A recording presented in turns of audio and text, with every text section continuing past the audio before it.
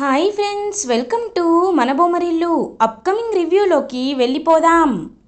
మైనావతి తన మేనత్త కొడుకైన నిరంజన్ అలియాస్ అనిల్ని పెళ్లి చేసుకుంటాను అని ఒప్పుకోవడంతో హీరో రాయుడు అండ్ బామ్మగారు చాలా అంటే చాలా హ్యాపీగా ఫీల్ అవుతారు.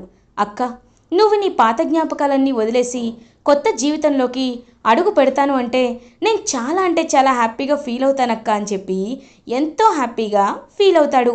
కరెక్ట్గా అప్పుడే ఛాయాదేవి అండ్ నిరంజన్ అంటే అనిల్ వాళ్ళ అమ్మగారు ఎవరైతే మైనావతి మేనత్తున్నారో ఆవిడ వచ్చి, అయినా నువ్వు పెళ్ళికి ఒప్పుకున్నందుకు మాకు చాలా సంతోషంగా ఉంది. అయినా అక్క తమ్ముళ్ళు ఎంత ప్రేమగా ఉంటారో మాకు బాగా తెలుసు. ఇలాంటి ప్రేమని నేను ఎప్పుడూ చూడలేదు. ఇలాంటి తమ్ముడికి అక్కని దూరం చేయనులేరా. అల్లుడు, నీకొక మాటిస్తున్నాను. నిరంజన్కి మైనావతికి పెళ్ళైన తర్వాత వాళ్ళిద్దరూ ఇక్కడే ఉంటారు అని చెప్పి ఛాయాదేవి చెప్తుంది. అంటే ఎవరైతే అనిల్ వాళ్ళ అమ్మ ఉన్నారో ఆవిడ. ఇంక చెప్పేసరికి ఒక్కసారిగా అలా చూస్తూ ఉండిపోతాడనమాట హీరో రాయుడు. నిజంగా చాలా అంటే చాలా సంతోషంగా ఉందత్త. చూసావా ఏమంటున్నారో, అత్తయ్య బావ ఇద్దరు ఇక్కడే ఉండిపోతారంటక్క అని చాలా సంతోషపడుతూ పెళ్లి ఏర్పాట్లు చేసుకుంటూ ఉంటారు. కానీ అప్పుడే హీరో రాయుడు వాళ్ళ అక్క చేతికి చూసేసరికి పెళ్లిలో ఏదైతే రింగ్ని గిఫ్ట్గా ఇస్తాడో ఆ రింగ్ అనేది వాళ్ళ అక్క చేతికి ఉండదు. ఒక్కసారిగా షాక్ అయిపోతాడు రాయుడు. అక్క, ఆ రోజు నేను నీకు ఇచ్చాను కదా, ఏమైందక్క ఆ ఉంగరం అని అడుగుతారు. నువ్వు ఇచ్చావు, కానీ 6 నెలల నుండి నేను నా జ్ఞాపకాలని నా సంతోషాలని అన్నిటినీ వదులుకున్నాను. అది ఎక్కడుందో నాకు తెలియదు అని చెప్పి అక్కడి నుండి ముభావంగా వెళ్ళిపోతారు. తను ఇన్ని రోజులు చాలా ఘోరంగా చాలా బాధలో ఉంది కదా, ఎక్కడో పడిపోయి ఉంటుంది లేరా అని చెప్పి వాళ్ళ బామ్మ ఓదారుస్తారు. కానీ ఆ రింగ్ ఎక్కడికో వెళ్ళదనమాట. ఆ చిన్ని పాప దగ్గరికి, ఎవరైతే మైనావతికి పుట్టిన పాప హీరోయిన్ ఉందో తన చేతికే వెళ్తుంది. ఏ పాప పాల కోసం ఏడుస్తుంది. పాలున్నాయేమో చూడు అంటే పాపం పాలు కూడా ఉండవన్నమాట. ఇంకా అలా అందరూ చూస్తూ పాపం బాధపడుతూ ఉంటే ఆ రింగ్ తాకగానే ఒక్కసారిగా పాప ఏడు పాపేస్తుంది. ఇంకా అలా చూస్తూ ఉండిపోతారనమాట ప్రభాకర్ అలియాస్ అప్పన్న. ఇంకా అలా చూస్తూ ఉండేసరికి ఏంటో ఈ ఉంగరం తాకగానే పాప ఏడు పాపేసింది. అంటే ఈ ఉంగరమే ఆ పాపకి శ్రీరామ రక్ష. ఈ పాప దగ్గర ఈ ఉంగరం ఉండాల్సిందే అని చెప్పి హ్యాపీగా చెప్తారు అప్పన్న అలియాస్ ప్రభాకర్. ఏమయ్యా, పాపకి ఏం పేరు పెడదామని వాళ్ళ వైఫ్ అడగగానే, మనకేం తెలుసు, రేపు గుడికి వెళ్తాం కదా, అక్కడ పాపకి పేరు పెట్టిద్దామని చెప్పి గుడికి వెళ్ళడానికి ఫిక్స్ అయిపోతారు. ఇది ఇలా ఉండగా మార్నింగ్ అవుతుంది. ఏ గుడికైతే ప్రభాకర్ వాళ్ళు వస్తారో అదే గుడిలో క్లియర్గా పెళ్ళి జరుగుతూ ఉంటుంది మైనావతికి అండ్ అనిల్ నిరంజన్కి. ఇంకా అలా అనిల్ మాత్రం కొంతమంది రౌడీలని పెట్టిస్తారు జనార్దన్ కోసం. జనార్దన్ ఎవరంటే ఆ పాప హీరోయిన్ వాళ్ళ ఫాదర్ అన్నమాట. మైనావతి ఒకప్పుడు ప్రేమించిన జనార్దనే. సో జనార్దన్ ఏంటంటే పెళ్ళికి రావాలి అనుకున్నప్పుడు కొంతమంది రౌడీలు, అనిల్కి సంబంధించిన రౌడీలే కిడ్నాప్ చేసేసి ఇంకా కావాలని దాచిపెట్టేస్తారు. వాళ్ళ చెర నుండి తప్పించుకొని పాపం అలా ఇంకా హ్యాపీగా వచ్చి మైనావతికి నిజం చెప్పాలి అనుకుంటాడు. కానీ రౌడీలు వెంట పడుతున్నారని తెలుసుకొని ఒక చోట దాక్కుంటారు. కరెక్ట్గా అప్పన్న అలియాస్ ప్రభాకర్ కూడా అదే గుడికి వస్తారు. ఈ రౌడీలను చూసి గుర్తుపడతారు. ఆ రోజు పాపని చంపాలనుకున్న రౌడీలు వీళ్ళే కాబట్టి వీళ్ళని ఖచ్చితంగా మనం పాపని దాచేయాలి వీళ్ళ దగ్గర నిండని ఫిక్స్ అయిపోయి పాపని ఒక పూల బుట్టలో పెడతాడు. కరెక్ట్గా అదే పూల బుట్ట దగ్గర వచ్చి దాక్కుంటారు జనార్దన్ అలియాస్ మైనావతి ప్రేమించిన అబ్బాయి, మైనావతి ప్రేమించిన అతను. సో ఇంకా దాక్కునేసరికి అలా ఎంతో హ్యాపీగా పాప ఏమో అతని వైపు చూస్తూ ఉంటుంది. ఒక్కసారిగా ఆ పాపని చూడగానే ఎంతో హ్యాపీగా ఫీల్ అవుతారు జనార్దన్. నిజంగా నిన్ను చూస్తుంటే నాకు ఎందుకో చాలా సంతోషంగా ఉంది. ఎవరి చిట్టి తల్లి నువ్వు అని అడుగుతూ ఉంటాడు. పాప మాత్రం అలా వాళ్ళ నాన్న వైపు చూస్తూ ఉంటే అప్పుడే అతని జేబులో ఉన్న 50 రూపీస్ నోట్ తీసి దానిపై రాస్తారు. మైనా, నేను నీకు ఎప్పుడూ అన్యాయం చేయలేదు. నిరంజన్ కుట్ర వల్లే నేను నిన్ను పెళ్ళి చేసుకోలేకపోయాను, పెళ్ళికి రాలేకపోయాను, పెళ్లి పీటల వరకు రాలేకపోయాను. నన్ను అర్థం చేసుకో అని ఆ నోట్పై రాస్తారు. ఆ నోట్ని మైనావతికి ఎలా అయినా పెళ్లి మండపంలో అందేలా చేయాలి అనుకుంటారు. ప్రభాకర్ వాళ్ళు నిజంగా అక్కడికి వచ్చారేమో అని భ్రమపడి చేతిలో పెట్టి, అయ్యా మీరే ఎలా అయినా ఆ పెళ్లి మండపానికి పెళ్ళికి వెళ్ళి అని చెప్పి ఇంక అక్కడి నుండి వెళ్ళిపోతారు. ఇంకా ఏం అర్థం కాదనమాట అప్పన్నకి. ఏంటి ఈయన వచ్చాడు ఏం మాట్లాడుతున్నాడని చెప్పి సైలెంట్గా ఉండిపోతారు. ఇంకా అలా జనార్దన్ తప్పించుకోబోతుంటే రౌడీలందరూ కలిసి రౌండ్ వేసేసి ఆయన్ని ఒక చోటుకు లాక్కు వెళ్ళిపోతారు. అదే విషయాన్ని నిరంజన్ అలియాస్ అనిల్కి చెప్పేసరికి, ఆ పంతులు గారు ముహూర్తానికి ఇంకా ఎంత టైం ఉంది? ఓ 10 నిమిషాలుందా? మైనా నాకు ఒక చిన్న పని ఉంది వచ్చేస్తానని చెప్పి కత్తి పట్టుకొని జనార్దన్ దగ్గరికి వెళ్తాడు. ఏరా నీకు విషయం తెలుసా? నీకు పుట్టిన పాపని కూడా నేను ఎప్పుడో పైకి పంపించేశా. ఇప్పుడు నువ్వు వెళ్తున్నావు. పోరా, ఆస్తి నాదే, అమ్మాయి నాదే అని చెప్పి ఇంకా అలా చంపేస్తాడనమాట జనార్దన్ని. కానీ జనార్దన్ని నిరంజన్ చంపుతూ ఉంటే అప్పుడే కట్టెలు కొట్టుకొని వెళ్ళే ఒక ఆవిడ ఇలా చంపడాన్ని చూసేస్తుంది. ఇంకా అలా పరుగు పరుగున వెళ్తూ ఉంటే ఒక్కసారిగా అలా ఇంకా నిరంజన్ వాళ్ళు పట్టుకోవడానికి బయలుదేరుతారు. బట్ ఆవిడ ఎక్కడ దొరకదు, ఆ కట్టెలు కొట్టుకునే ఆవిడ. సో ఇంకా నిరంజన్ పెళ్ళికి టైం అయిపోతుంది ముహూర్తానికని వెళ్తాడు. అలా మైనావతి మెళ్ళో తాళి కడతాడు. మైనావతి నిరంజన్ భార్య అయిపోతుంది. సో ఇంకా అలా వాళ్ళిద్దరు పెళ్లి జరుగుతుంటే హీరో రాయుడు ఏమో, బామ్మ నేను బట్టల పంచ దగ్గరికి వెళ్తాను, అక్కని కూడా నువ్వు అక్కడికి తీసుకొచ్చేసే అని చెప్పి హ్యాపీగా బట్టలు పంచడానికైతే బయలుదేరుతాడు. సో అందరికీ అంటే పెళ్లి జరుగుతుంది, వాళ్ళది ఒక రాజ కుటుంబం కాబట్టి అందరికీ వాళ్ళకున్నంతలో సహాయం చేస్తూ బట్టలు ఇస్తూ ఉంటారు.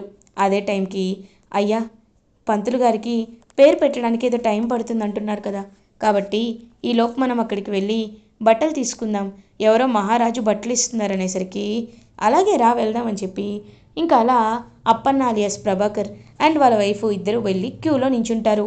కరెక్ట్గా క్యూలో నించుంటే రౌడీలు అక్కడికి వస్తూ ఉంటే భయం వేస్తూ ఉంటుంది ప్రభాకర్కి. భయం వేసి కరెక్ట్గా అలా పాపని ఇంక పట్టుకునే లోపు జారి పడిపోబోతుంటే ఒక్కసారిగా హీరో రాయుడు అయితే పాపని పట్టుకుంటాడు. పట్టుకొని ఇంకా హ్యాపీగా తన్ని ఆడిస్తూ ఉంటాడు.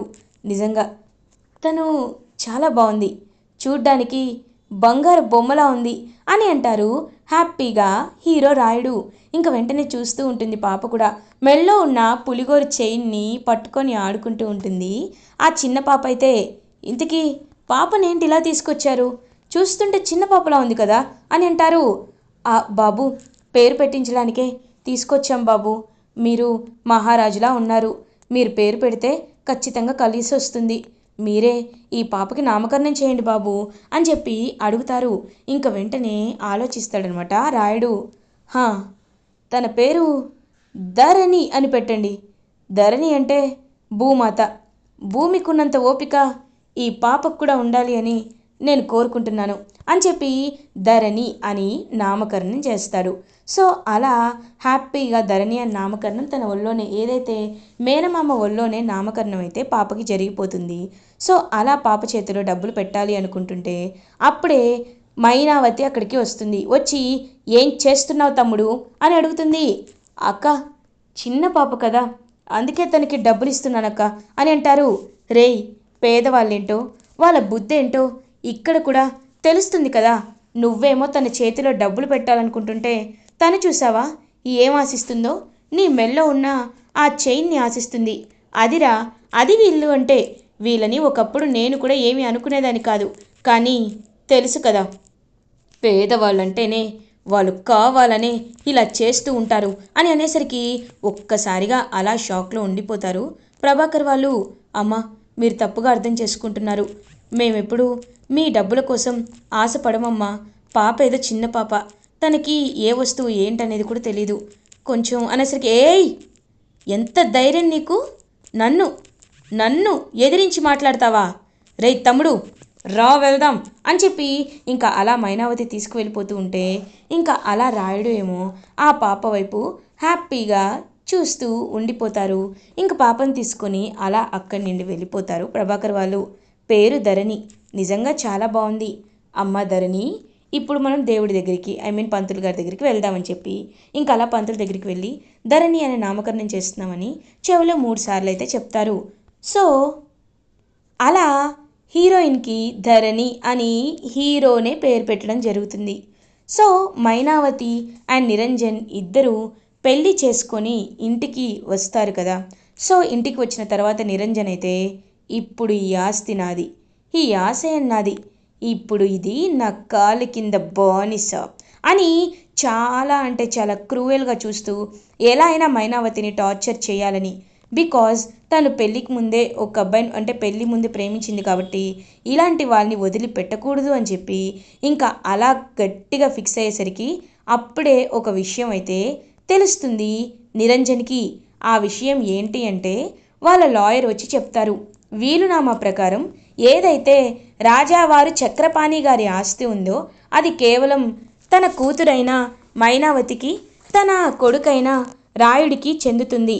వాళ్ళంతట వాళ్ళు వేరే వాళ్ళకి వీలునామా రాసి ఇస్తే కానీ ఆ ఆస్తి ఎవరికి ట్రాన్స్ఫర్ అవ్వదు అని చెప్పేసరికి ఒక్కసారిగా అలా షాక్లో ఉండిపోతాడు నిరంజన్. అదేంటి, ఆస్తి అంతా నాదవుతుంది అనుకున్నా, రాయించుకోవాలి అనుకున్నా, కానీ ఇలా జరిగిందేంటి? ఇప్పుడు నేను మొహం మీద నాకు ఆస్తి రాయమని అడగలేను, అడిగితే ఆస్తి కోసమే చేసుకున్నావా అని ఖచ్చితంగా అర్థం చేసుకుంటుంది. అలా అలా జరగకూడదు. ఇప్పుడు ఏం చేయాలి అని చెప్పి ఆలోచిస్తూ ఉంటే అప్పుడే కరెక్ట్గా ఇంకక్కడికి వస్తారనమాట ఛాయాదేవి, అంటే నిరంజన్ అలియాస్ అనిల్ వాళ్ళ అమ్మ. వచ్చి, ఏంట్రా ఏం ఆలోచిస్తున్నావంటే, అమ్మ చూసావా, ఈ వీల్నామా చూసావా, ఆస్తి ఆస్తి మనకి రాదంటమ్మా, ఇప్పుడేం చేయాలి? ఓ పంచేస్తా, దాన్ని చంపేస్తా అని అంటాడు. రేయ్, చంపితే ఆస్తంతా అనాథ శరణాలయానికి పోతుందిరా, మనకి రాదు. ఒక పని చెయ్యి, నువ్వు ఖచ్చితంగా పిల్లలు పుట్టారు అంటే అప్పుడు మైనావతి నీ మాటే వింటుంది, నీకు బానిసలా బ్రతుకుతుంది. ఎలాగో వాడిపై కోపంతోనే నిన్ను పెళ్లి చేసుకుంది కాబట్టి మీరిద్దరూ సంతోషంగా ఉన్నట్టు నటించు అని అంటారు. ఇంకా అలా అనిల్ మైనావతి దగ్గరికి వెళ్తే మైనావతి మాత్రం, చూడు నిరంజన్, నీకు తెలుసు నా గతం ఏంటో, నీకు తెలుసు నేను ఎందుకు ఇలా ఉన్నానో, కాబట్టి నాకు కాస్త సమయం పడుతుంది, ఇప్పుడే నేను మీకు దగ్గర అవ్వలేను అని చెప్పి అక్కడి నుండి వెళ్ళిపోతుంది. అవునా, సరే, నేను ఎదురు చూస్తాను, కానీ ఆస్తి మాత్రం నాకే కావాలి అని మనసులో అనుకుంటాడు నిరంజన్. ఇటువైపు ఇంకా అలా ధరణి కూడా వాళ్ళ ఊర్లో వాళ్ళ అమ్మ నాన్నకి ప్రభాకర్కి వాళ్ళ వైఫ్కి సహాయం చేస్తూ అలా ఇంక పెరుగుతూ ఉంటే, ఇటువైపు రాయుడు కూడా రాజవంశంలో పుట్టినవాడు కాబట్టి మంచితనానికి మారుపేరులా అందరికీ దాన ధర్మాలు చేస్తూ అందరి దగ్గర మెప్పు పొందుతూ పాపం వాళ్ళ అక్క కోసం పెళ్లి చేసుకోకుండా ఉండిపోతాడు. ఇదంతా కూడా అనిల్ వాళ్ళ ప్లానే అనమాట. ఎందుకంటే ఒకవేళ వాడు పెళ్లి చేసుకుంటే వాడికి కొడుకు పుడితే ఖచ్చితంగా ఆస్తంతా వాడికి వెళ్ళిపోతుంది. అలా జరగకూడదు, వీడెప్పటికీ వీళ్ళ అక్క దగ్గరే బానిసగానే వీడు ఉండిపోవాలి అని చెప్పి వాళ్ళ అత్తయ్య ఛాయాదేవి అయితే, ఒరే, ఒకవేళ నువ్వెవరినైనా పెళ్లి చేసుకున్నావనుకో, మీ అక్కని తన ఇంట్లో నుండి పంపించేస్తుందిరా, మీ అక్కకి తనకి మాట భేదాలు వస్తాయి, చెప్పు, అలాంటి అమ్మాయి నీ జీవితంలోకి రావడం అవసరమా అని అంటే, లేదత్తా, నేను జీవితంలో పెళ్ళే చేసుకోను, నాకు అక్క ఉంది, మీరున్నారు, అది చాలు అని వాళ్ళ అక్క కోసమే పెళ్లి చేసుకోకుండా పాపం ఉండిపోతాడు హీరో రాయుడు. బట్ తన కోసం ఆల్రెడీ ఒక పాప పుట్టింది, తనే ధరణి అని తెలుసుకోలేక, అండ్ ఈ బంధం అనేది ఎలా మళ్ళీ మీట్ అవ్వబోతుంది and how their future will be like అనే విషయాలు మీకు ముందుగా కావాలి అనుకుంటే మా ఛానల్ని సబ్స్క్రైబ్ చేసుకోండి. Thanks for watching.